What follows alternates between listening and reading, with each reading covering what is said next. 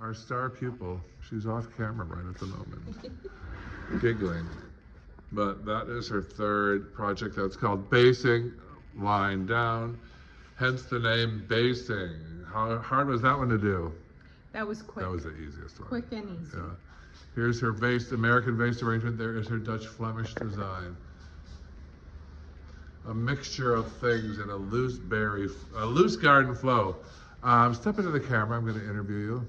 How does it feel to be one of the most talented students in the history of the school?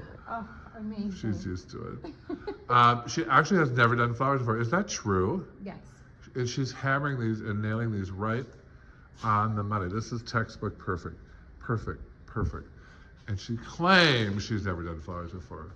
How do you explain it, young lady? It's the love and passion for it, as well as Michael. He's great, fast, quick. No fooling around. No fooling around. Yes, we're very direct here. An immersive course, getting it done, knowing the formulas, the functions to spit these out like that. Congratulations. Absolutely. Bravo. Thank you.